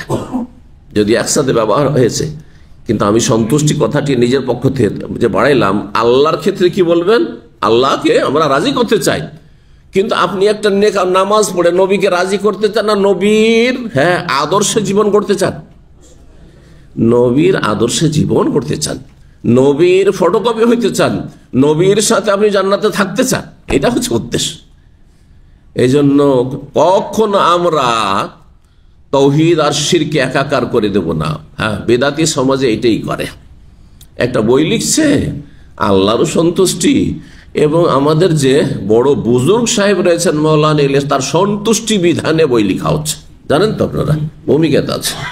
না না না, তার সন্তুষ্টির জন্য নাই, বরং এইটা যদি সেখানে এই কথাটা বলা হইতো যে তার মাগফিরাতের জন্য, তার জন্য সাদকা জারিয়া হোক, আমার এই মেহনতটি তার জন্য সাদকা জারিয়া হতো, তাহলে ঠিক ছিল যে আমিও নেকি পাবো এবং তিনি তার মাধ্যমে যে দিক নির্দেশনা পেয়েছে তিনিও এখান থেকে নেকি পান, তো ভালো কথা। কিন্তু আপনি আল্লাহকে রাজি করতে চান, আপনি মাওলানা ইলিয়াসকে রাজি করতে চান, হ্যাঁ, আপনি আল্লাহকে রাজি করতে চান আর আমাকেও রাজি করতে চান, না না না, শিরক করে ফেলেন। আপনি খবরদারি কাজ করবেন না। ঠিক আছে, তার কাছ থেকে ইলম শিখেছি, আল্লাহ যেন তাকেও নেকি দেয়। জি, এই উদ্দেশ্য করেন। দেখেন, ইসলাম যদি বুঝেন তাহলে তাওহীদ সুন্নাহর হেফাজত করতে পারবেন। আর ইসলামের জ্ঞানে যত শোচনীয়তা থাকবে, দুর্বলতা থাকবে, আর যত ইয়েতিম হবেন তত বেশি ইসলাম হারিয়ে দিবেন। আপনি ইসলাম পালন করতে গিয়ে শিরক বিদআত করে ফেলবেন। 3899 নম্বর হাদিস বর্ণনা করছেন মুজাহিদ ইবনে জবর আল মক্কি, প্রখ্যাত তাবেঈ, বলছেন আব্দুল্লাহ বিন উমর রাদিয়াল্লাহু তাআলা বলেছেন, কানা ইয়াকুল, মানে হাদিসটি তিনি বিভিন্ন সময় বলতেন, লা হিজরাতা বাদাল ফাতহি, মানে বাদা ফাতহে মক্কাতা, মক্কা বিজয়ের পরে হিজরত নেই। মক্কা বিজয়ের পরে হিজরতে নেই। হিজরতে নেই কেমন কথা? যদি কোনো জায়গায় দেখা যাবে এখানে ইসলাম পালন করতে পারছি না, আর আরেক জায়গায় শুনছেন ওখানে ইসলাম খুব সহজে পালন করা যাবে, শিখা যাবে, তো হিজরতে নেই আছে। তাহলে এখানে যে মক্কা বিজয়ের পর হিজরতে নেই মানে মক্কা থেকে হিজরত নেই। মক্কা যখন বিজয় হয়ে গেছে 8ম হিজরিতে, তারপর কেউ বলবে যে আমি মক্কায় থাকবো না, মদিনায় যাব, কোনো নেকি নেই। কারণ মদিনাও দারুল ইসলাম আর মক্কা এখন দারুল ইসলাম, দারুল কুফর নয়।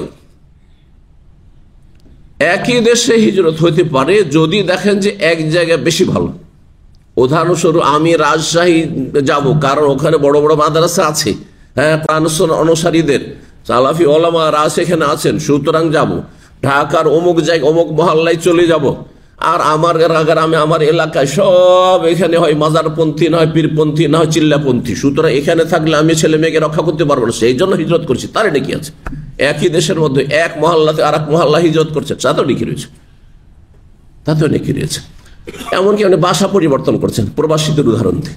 এক বাসায় গিয়েছেন সব বেনামাজির পাল, বেনামাজির পাল, আপনি একাই পড়ে গেছেন, লাইট জ্বালানো যাবে না ফজরে, হ্যাঁ, রাত্রে দর্শে আসলে গিয়ে আপনাকে ওই বাইরে খেতে হবে, দরজা খুলতেও দেবে না। অনেক রিপোর্ট এগুলো পেয়েছি, দরজা খুলছে আমাদের ঘুমের ডিস্টার্ব করছে, অথচ ওরা হ্যাঁ মিউজিক চালিয়ে রাখছে। নোংরাগুলো এরা বদচরিত্রের লোকেরা, এরা সেখানে গান বাজনা শুনছে আর নোংরা ছবি দেখছে, রহমতের ফেরেশতা তাদের রুমে ঢুকে না। হ্যাঁ, তাতে কোনো যায় আসে না, অন্যকে কষ্ট দিচ্ছে। তাদের যদি কেউ মেহমান চলে, কারণ দল ভারী, দল ভারী হলে তো বলতে হয় না মাইট ইজ রাইট, হ্যাঁ, জোর যার মুলুক তার। যার ফলে আমাদের নামাজি দিনদার ভাইদেরকে অনেক কষ্ট দিয়ে থাকে। আমি বলবো যে আপনার জন্য এই ফাসেক পাপিষ্টদের রুম থেকে হিজরত করা ফরজ। হিজরত করেন, আপনি থাকেন না এই সমস্ত লোকদের সাথে। বিদাতি সব বিদাতি কথার চর্চা করছে, যদিও মুখে দাঁড়িয়ে আছে আর ধর্মকর্ম করছে, কিন্তু বিদাতি ধর্মকর্ম করছে।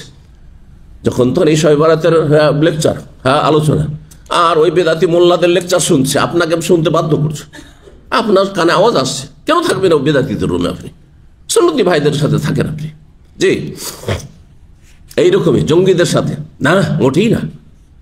তাদের সংসর্গ বর্জন করতে হবে। দেখছেন যে দুই একজন আছে এমনি তো খুব সুন্দর ধার্মিক, আমার চেয়ে তো ধার্মিক, কিন্তু সব জঙ্গি, হ্যাঁ, এসব ফাসাদি, তাহলে আপনি তাড়াতাড়ি কেটে পড়েন। আর না হলে তাদের আশেপাশে বাস করলে এই আগুনের মতো, আগুন লাগলে আশেপাশের বাড়ি চলে যাবে। যখন এসে প্রশাসন পুলিশ উঠিয়ে নিয়ে যাবে, তখন আপনাকে উঠিয়ে নিতে পারে সন্ততি দিয়ে। এরও দাঁড়িয়ে আছে, ওরও দাঁড়িয়ে আছে, মনে করবে যে একই হয়তো। সুতরাং এই জঙ্গিদের থেকে অনেক দূরে থাকেন, সাবধান।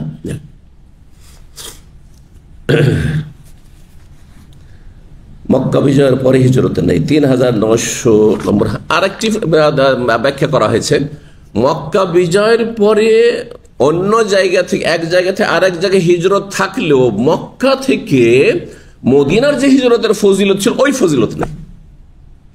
বুঝলেন ব্যাখ্যাটি? সাহাবীরা মক্কা ছেড়ে মদিনা হিজরত করেছেন, রাসূলুল্লাহ হিজরত করেছেন, তাতে যে নেকি পেয়েছেন, আপনি বেদাতি এলাকা ছেড়ে আপনি সুন্নতি এলাকায় হিজরত করবেন, তাতে ওই নেকির আশা করি অতটা নেকি নেই, অত বড় নেকি নেই, কিন্তু নেকি আছে, নেকি আছে। লা হিজরাতা কামিলাতান, তাহলে লা হিজরাতা কামিলাতান বাদাল ফাতহি, বাদা ফাতহি মক্কা। তো মক্কা বিজয়ের পরে ওই রকম পরিপূর্ণ হিজরত নেই, যে পরিপূর্ণ হিজরত হচ্ছে সাহাবায়ে কেরামদের, মুহাজিরিনদের মক্কা থেকে মদিনার হিজরত। 3900 নম্বর হাদিস বর্ণনা করছেন আয়েশা রাদিয়াল্লাহু তাআলা বলছেন যে আতাবি নবী রাবাহ তাবেই বলছেন, জুরতু আয়েশা, আমি মা আয়েশা রাদিয়াল্লাহু তাআলা আনহার জিয়ারত করলাম, মানে তার সাথে দেখা করলাম, মা ওবাইদ বিন ওমাইর লাইসির সাথে। ফাসাআলনাহা, তাকে জিজ্ঞাসা করি হিজরত সম্পর্কে। ফাকালাত, তখন মা আয়েশা বললেন, লা হিজরাতা লিয়াউম, আজকাল আর হিজরত নেই, সব তো মুসলিম, চারিদিকে মুসলিম, তো হিজরত আর কিসের? তাহলে কানাল মুমিনু ইয়াফিরু আহাদুহুম বিদীনিহি ইলাল্লাহি তাআলা ওয়া ইলা রাসূলিহি, মুমিনরা প্রথম যুগে তারা নিজের দিন নিয়ে পলায়ন করত, ঈমান ইসলাম নিয়ে পলায়ন করত রক্ষা করার জন্য আল্লাহর উদ্দেশ্যে, আল্লাহ সন্তুষ্টির উদ্দেশ্যে, এবং রাসূলুল্লাহর কাছে, যে রাসূল চলে গেছেন মদিনায়, আমরা মদিনায় চলে যাই, এই জন্য হিজরত ছিল। আর মক্কা ইসলাম পালন করা সম্ভব হচ্ছে না মক্কা বিজয়ের আগে। তারপরে বলছেন যে কিসের জন্য? মাখাফাতা ইউফতানা আলাইহি, কারণ ইসলাম নিয়ে প্রতিকূল অবস্থায় এই মক্কায় কাফেরদের বিচে বাস করলে ফিতনায় পড়ে যাব, কখন জবরদস্তি তারা মূর্তিকে সিজদা করে ফেলবে, এই জন্য অমুসলিমদের মাঝে যদি পারেন সেখান থেকে মুক্ত হইতে কখনো বাস করার চেষ্টা করবেন না। যে এলাকাটা ভিআইপি এলাকা, সে যদিও সেখানে অমুসলিম বাস করে, সেই জন্য ভিআইপি মহল্লাতে বাস করি। যারা এরকম ভিআইপি মহল্লাতে বাস করতে গেছে তারাই কিন্তু জুলমের শিকার হয়েছে। ভালো করে শোনা, যখন দাঙ্গা ফাসাদগুলি লাগে ওইসব দেশগুলিতে, তখন আগে কিন্তু জুলম অত্যাচারের শিকার হয় এই ভিআইপি মার্কা মুসলিমগুলা। দুনিয়ার স্বার্থে গেছে কাফেরদের বিচে বাস করতে, না আপনি মুসলিম সমাজে বাস করবেন। ফাম্মালিয়ম, কিন্তু আজকের যুগে ফাকাত আজহার আল্লাহ, ইসলামকে আল্লাহ বিজয়ী করে দিয়েছে। ইসলাম শক্তিশালী আরব দেশে মক্কা বিজয়ের পরে। ওয়ালিয়ম ইয়াবুদু রাব্বাহু হাইসুশা, এখন আল্লাহর ইবাদত করতে পারবে যে কোনো জায়গায়। দাম্মামে যেমন ইবাদত করতে পারছেন, আপনি আল্লাহ কত রিয়াজও করতে পারছেন। যে না আমি দাম্মাম থাকবো না, রিয়াজ থাকবো, ওখানে বেশি ভালো, কোনো ভালো না, সমান সমান। হ্যাঁ, একমাত্র মক্কা মদিনা সেটা আলাদা কথা। কিন্তু আপনি যদি বলেন জেদ্দা দাম্মাম চাইতে ভালো না, ভালো না। হ্যাঁ, শুধু যদি বলে হ্যাঁ মক্কার কাছে পড়ছে, ছুটির দিনটা আমি চলে যেতে পারবো, সেইটা আলাদা দিক। কিন্তু জায়গা হিসাবে অনেকে দূরের মসজিদে জুমা পড়তে যায়, নাকি বেশি পাবেন নাকি? আপনার বাসার কাছে জুমা না পড়ে যদি 10 কিলোমিটার দূরে জুমা পড়তে যান, বেশি নাকি পাবেন? না, পাবেন না। এবার ভুল ধারণা তাহলে, কখন নাকি পাবেন না, একমাত্র 3টি মসজিদ। জি, তো এই ছিল 3901 নম্বর হাদিস। মা আয়েশা রাদিয়াল্লাহু তাআলা বলছেন, আন্না সাদ বিন আবি ওয়াক্কাস বললেন, আল্লাহুম্মা, হে আল্লাহ, ইন্নাকা তা'লামু, তুমি ভালো করে জানছো, আন্নাহু লাইসা আহাদুন আহাব্বা ইলাইয়া আন উজাহিদাহুম ফিকা। বলছেন সাদ রাদিয়াল্লাহু তাআলা যে হে আল্লাহ, তুমি ভালো করে জানো যে কোন ব্যক্তি এমন নেই যে আমার কাছে প্রিয় হইতে পারে, আন উজাহিদাহুম ফিকা মিন কওমিন, তোমার সন্তুষ্টির জন্য তাদের বিরুদ্ধে আমি জিহাদ করব, এমন এক জাতির চাইতে বেশি কেউ প্রিয় হইতে পারে। কাযযাবু রাসূলাকা, যারা তোমার রসুলকে মিথ্যা প্রতিপন্ন করেছে, অর্থাৎ তোমার রসুলকে যারা অস্বীকার করেছে, মিথ্যা মনে করেছে, তাদের বিরুদ্ধে জিহাদ করব, লড়াই করব, তাদের ছাড়া এমন কোন ব্যক্তি নেই যে তার বিরুদ্ধে লড়াই করি। ওয়াখারাজু, এবং তোমার নবীকে তারা বের করেছে, তাহলে নবীর বিরুদ্ধে লড়াই করেছে এবং নবীকে শহর থেকে বের করেছে কারা? মক্কার কাফের। তাহলে মক্কার কাফের হচ্ছে এক শ্রেণীর কাফের, আর অন্য অঞ্চলের কাফের যারা নবীকে মক্কা থেকে তাড়ায়নি, তারাও কাফের, কিন্তু নবীকে মক্কা থেকে তাড়ায়নি তারা, কারণ তারা মক্কাবাসী নয়। তাহলে কে বড় অপরাধী? মক্কার কাফেররা বেশি বড় অপরাধী, মক্কার কাফের গুলো বেশি বড় অপরাধী। বলছেন আল্লাহুম্মা, হে আল্লাহ, ফাইন্নী আযুন্নু আন্নাকা কাদ ওয়াদাতাল হারবা বাইনানা ওয়া বাইনাহুম, হে আল্লাহ, আমার বিশ্বাস যে এখন তুমি আমাদের মাঝে আর কাফেরদের মাঝে যুদ্ধকে স্থগিত করে দিয়েছো। কারণ মক্কা বিজয় হয়ে গেছে, মুসলিম দেশে পরিণত হয়েছে, আর আশেপাশে তেমন কোনো শক্তি নেই কাফেরদের, যদিও থাকে 2-4 জন কোনো জায়গাতে ছড়িয়ে ছিটিয়ে, কিন্তু তারা এমন কোনো শক্তি নয় যেই শক্তিগুলো আমাদের জন্য ঝুঁকিপূর্ণ হতে পারে।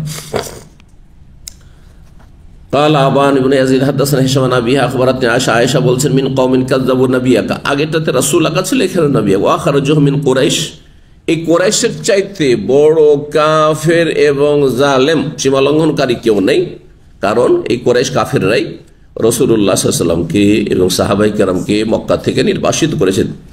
3902 নম্বর হাদিস বর্ণনা করেছেন ইবনে আব্বাস রাদিয়াল্লাহু তাআলা আনহুমা বলছেন, বয়সা রাসূলুল্লাহ 40 সানা, রাসূলুল্লাহ সাল্লাল্লাহু আলাইহি ওয়াসাল্লামকে নবুয়ত দেওয়া হয়েছে 40 বছর বয়সে। ফামাকাসা বিমাকা 13 সানা, তারপরে মক্কায় অবস্থান করেছেন 13 বছর। ইউহা ইলাইহি, ওহী হইতে থেকেছে। সুম্মা উমিরা বিল হিজরা, তারপর হিজরতের নির্দেশ দেওয়া হয়েছে। ফাহাজারা 10 সিনিন, তারপর হিজরত করে 10 বছর থেকেছেন মদিনায়। কত বছর হলো? 13, 10, 23 আর 40 বছর বয়সে নবী। ও মাতা, এবং তিনি মাতা মানে কি? মারা গিয়েছেন। ওয়াহ ইবনু সালাসিন, তখন তার বয়স ছিল 63 বছর। হাদিস বর্ণনা করছেন কে? আব্দুল্লাহ বিন আব্বাস। আব্দুল বিন আব্বাস সাহাবীদের মধ্যে সবচাইতে বড় মুফাসসির, তাকে রাইসুল মুফাসসিরিন বলা হয়। হাবরুল উম্মাহ, উম্মতের এই উম্মতের প্রথম সারির সবচেয়ে বড় জ্ঞানী কোরআন সম্পর্কে। কারণ নবী সাল্লাল্লাহু আলাইহি ওয়াসাল্লাম তাকে স্পেশালি একটি দোয়া দিয়েছেন, আল্লাহুম্মা আল্লিমহুল কিতাব ফাক্কিহু ফিদ্দিন, হে আল্লাহ তাকে কিতাবের জ্ঞান দান করো, কোরআনের এবং দ্বীনের ফিকহ, দ্বীনের বুঝ তাকে দান করো। এই দোয়া ছিল স্পেশালি দোয়া চাচাতো ভাই ইবনে আব্বাসের জন্য ছোট ছেলে ছিল তখন। তো এই ইবনে আব্বাস বলছেন শব্দটি অমাতা, নবী কি হয়েছেন? মারা গিয়েছেন, মৃত্যুবরণ করেছেন। বাংলাদেশে যদি বলেন বেদাতি সমাজে যতগুলো বেদাতি সমাজ আছে, শুধু আহলে হাদিস ছাড়া, দেওবন্দি হোক, বেরেলভি হোক, জামাতি হোক, যদি বলেন যে নবী মারা গেছেন, কত বড় বেয়াদবি যে নবী মারা গেছেন। হ্যাঁ, নবী কি হায়াতুন নবী, তাদের কাছে কি হায়াতুন নবী। আর যদি কেউ বলে যে নবী মারা গেছে, স্বীকারও করে, মারা গেছে শব্দ বলবে না, কি বলে? হ্যাঁ, আল্লাহর পেয়ারা হয়ে গেছেন। হ্যাঁ, আল্লাহর পেয়ারা হয়ে গেছেন। মানে কত পরিষ্কার। হ্যাঁ, এই পরিষ্কারই থেকে বেদাতের গন্ধ আসছে, শিরকের গন্ধ আসছে। আপনি যদি ওদের মতো কথা বলেন, যেই কথাগুলি শিরককারীরা বলছে, নবীকে বলছে যে বেঁচে আছেন, আল্লাহ সবসময় বেঁচে আছেন, নবীও বেঁচে আছেন, তো আল্লাহর নবীতে কি পার্থক্য হইল? পার্থক্য থাকলো? কুল্লু মান আলাইহা ফান, দুনিয়ায় যা কিছু যে কেউ আছে, মান আলাইহা ভূপৃষ্ঠে যে কেউ আছে সব কি ফানা হয়ে যাবে, শেষ হয়ে যাবে। ওয়াবকা ওয়াজহু রাব্বিকা, একমাত্র রব থাকবে, রব থাকবে। কুল্লু শাইইন হালিকুন, সব কিছু ধ্বংসশীল, শেষ হয়ে যাবে। ইল্লা ওয়াজহা, কোরআনের দুটি আয়াত রয়েছে। কোরআনের ৩-৪টি আয়াতের নবীর জন্য মওত শব্দটি ব্যবহার হয়েছে। আফাই মিথ্যা, হে নবী তুমি তো মারা যাও। ইন্নাকা মাইয়াতুন, হে নবী তুমি মরণশীল। মাইয়াত, মাইয়াত মানে কি? হ্যাঁ তো নয়, ইন্নাকা মাইয়াত ওয়া ইন্না মাইয়াতুন। জি, আফাই মাতা ফাহুমুল খালিদুন। জি, এই শব্দগুলি কোরআনে কারিমে নবী সম্পর্কে। সুতরাং কোরআনী আকীদায় বিশ্বাসী হন। জি, চিরঞ্জীব হওয়া আর বেঁচে থাকা, যার কোনো আদি অন্ত নেই, একমাত্র রব্বুল আলামিন। আর দুনিয়ার সমস্ত সৃষ্টির শুরু আছে, সূচনাও আছে, আর সমাপ্তিও আছে। 3903 নম্বর হাদিস। হাদিস বর্ণনা করেছেন ইবনে আব্বাস রাদিয়াল্লাহু তাআলা আনহু বলছেন, রাসূলুল্লাহ সাল্লাল্লাহু আলাইহি ওয়াসাল্লাম মক্কায় 13 বছর থেকেছেন। অতুফি, ইন্তেকাল করেছে ওয়াহি ইবনে সালসিদ্দিন 63 বছর বয়সে। 63 বছর বয়সে। একটি হাদিস দিয়ে আমরা শেষ করছি। 3904 নম্বর হাদিস। হাদিস বর্ণনা করেছেন আবু সাঈদ খুদরী রাদিয়াল্লাহু তাআলা আনহু বলছেন, আন্না রাসূলুল্লাহ সাল্লাল্লাহু আলাইহি ওয়াসাল্লাম জালাসা আলাল মিম্বার, রাসূলুল্লাহ সাল্লাল্লাহু আলাইহি ওয়াসাল্লাম শেষ জীবনে, একবারে ইন্তেকালের হয়তো অল্প সময় আগে, 11 হিজরিতে রাসূল ইন্তেকাল হয়েছে। আমাদের দেশে একটা ভুল কথা আছে, নবী সাল্লাল্লাহু আলাইহি ওয়াসাল্লাম 10ম হিজরিতে ইন্তেকাল হয়েছে। ইন্তেকাল হয়েছে কোন সালে? 11।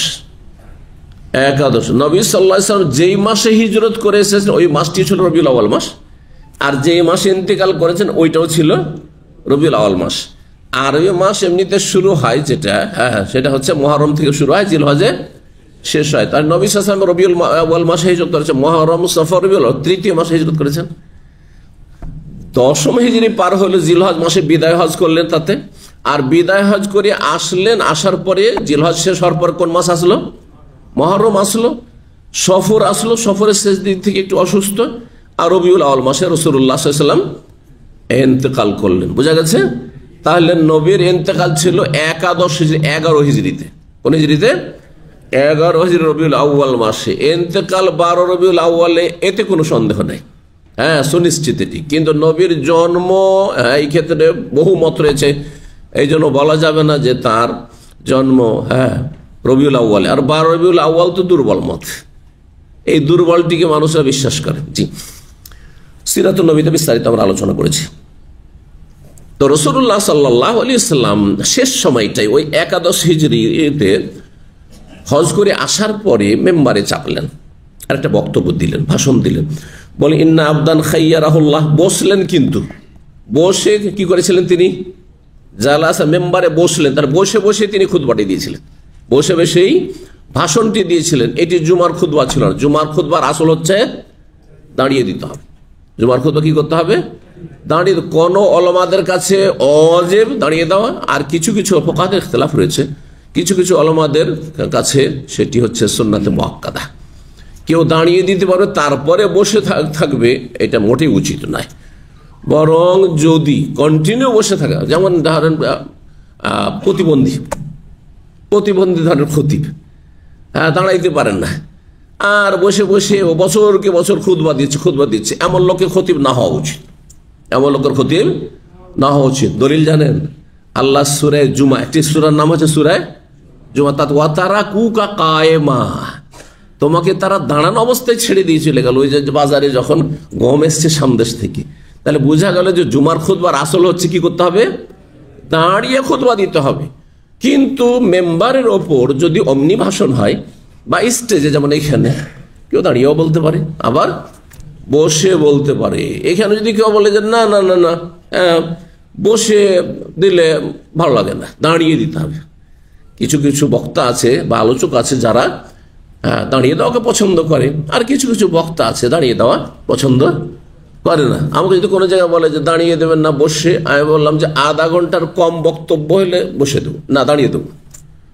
আমি দাঁড়িয়ে বক্তব্য করতে পারবো, হ্যাঁ ধরেন 20 থেকে 30 মিনিট, আর তারপরে আমি কষ্ট করতে চাই না। আপনি যদি বলে 1 ঘন্টা বক্তব্য করতে হবে, তাহলে বসে, সোজা কথা, ঠিক না? আমি আমার অবস্থা বেশি বুঝছি আপনার চাইতে। তো রাসূলুল্লাহ সাল্লাল্লাহু আলাইহি ওয়াসাল্লাম বসে ভাষণ দিয়েছে, এটি জুমার খুতবা ছিল না। ফাকালা ইন্না আবদান খাইয়ারাহুল্লাহ বাইনা ইউতিয়াহু মিন যাহারাতিদ দুনিয়া মা শা ওয়া বাইনা মা ইনদাহু, জনৈক বান্দা, একজন বান্দাকে খাইয়ারাহুল্লাহ, আল্লাহ তাকে অধিকার দিলেন। আজকাল ইংরেজি ভাষাতে অপশন দেওয়া বলে, এই শব্দটা কিন্তু খুব সুন্দর শব্দ। এই অপশনের বাংলা একবার সূক্ষ্ম বাংলা হুবহু পাওয়া যায় না। আচ্ছা বাংলাবিদরা বলেন, শিক্ষিত মানুষ, বাংলাদেশি স্কুলের ভাই, হ্যাঁ অপশন চয়েস, ইংরেজি হয়ে গেল, ইংরেজি টু ইংরেজি, কি আজব আজব তরজমা এটা। হ্যাঁ অপশন ইংরেজি, আবার বলছে চয়েস। আমি চাইছি বাংলা। হ্যাঁ না পছন্দ না, পছন্দ লাইক করা, কি বিকল্প, অল্টারনেট। এই জন্য আমি খুব গবেষণা করেছি, আপনাদের বলাতে কাজ হবে না। যেমন এ আদতের একটা শব্দ বাংলা নেই, ঠিক তেমনি অপশনের একটি শব্দ বাংলা নেই। কখনো অধিকারের অর্থে, এখানে সূক্ষ্ম হচ্ছে অধিকার। আল্লাহ অধিকার দিলেন, আমাকে অধিকার দেওয়া হলো যে আপনি এখানেও খেতে পারেন, আবার অফিসেও খেতে পারেন, আর যদি বলেন যে চলেন হোটেলে, এই যে হেঁটে কি হলো, আমাকে এই অধিকার দেওয়া হইল, বাধ্য করা হলো যে এখানেই খেতে হবে। এটার নাম কি? অপশন। বুঝতে পারছেন না? তো খাইয়ারাহুল্লাহ, খেয়ার, এই জন্য আজকাল কম্পিউটারের ভাষায় ওপরে লেখা আছে, হ্যাঁ অপশন যেখানে লেখা আছে ক্লিক করবেন, ওখানে খেয়ার, আরবি মিডিয়াম আমাদের যে ইগুলো করা আছে ওতে খেয়ার লেখা আছে। খেয়ার মানে হচ্ছে অপশন, আরবিতে মানে চয়েস, আপনি কোনটা নিচ্ছেন আপনি। তো আল্লাহ রাব্বুল আলামিন জনৈক বান্দাকে অধিকার দিলেন, হ্যাঁ দুটোর একটা গ্রহণ করার জন্য। কি? বাইনা ইউতিয়াহু মিন যাহারাতিদ দুনিয়া, যে আল্লাহ তাকে দুনিয়ার ভোগবিলাস দিতে চান।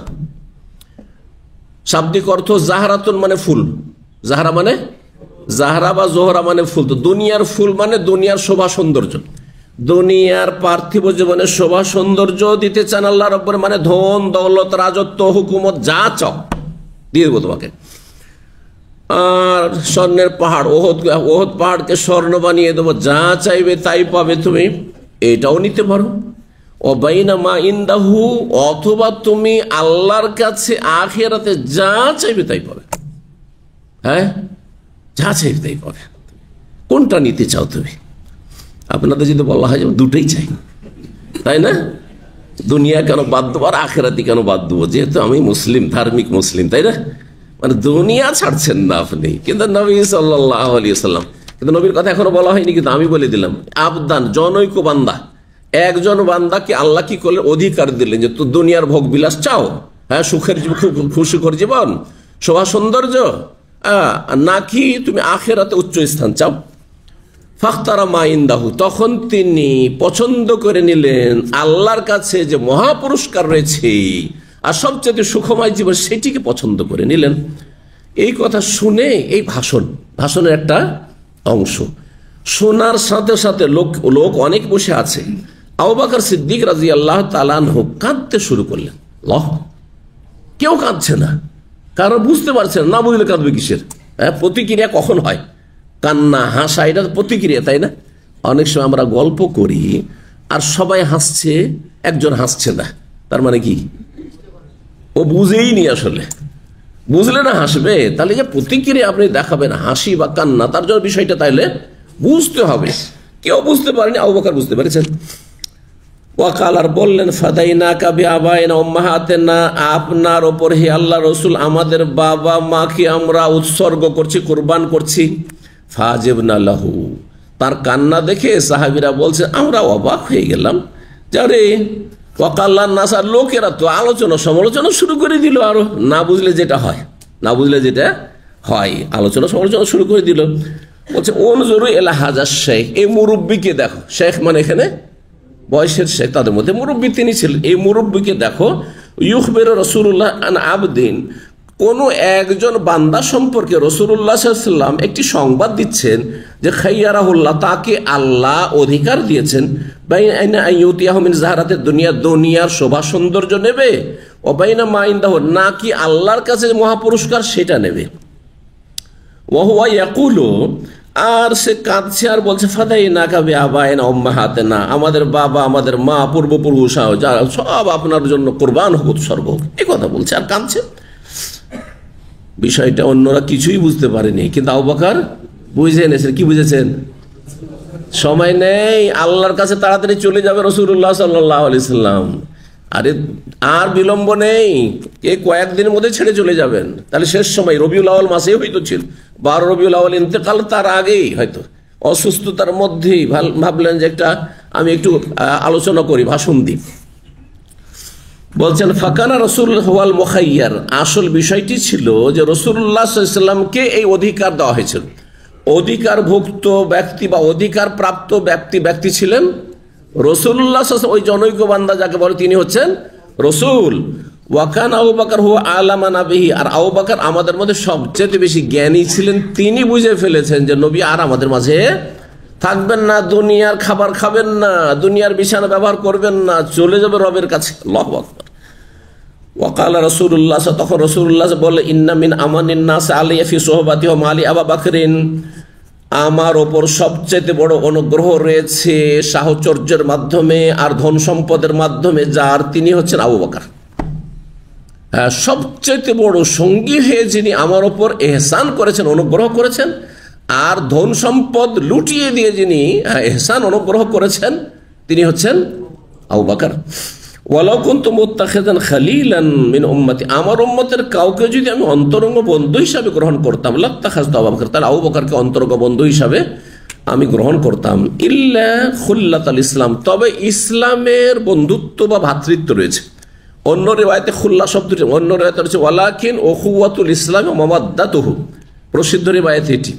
তবে ইসলামিক ভ্রাতৃত্ব আর ইসলামের যে ভালোবাসা, সেইটা উচ্চ পর্যায়ের, কার জন্য রয়েছে? আবু বকরের জন্য রয়েছে। মুসলিম ভাই তো সবাই, আর তার মুসলিম হিসাবে মুসলিমদের ভালোবাসা তো সবার সাথে আছে, কিন্তু আবু বকরের সাথে সেটা সবচেয়ে বেশি পরিমাণ আছে, সেই ভ্রাতৃত্ব আর ভালোবাসা।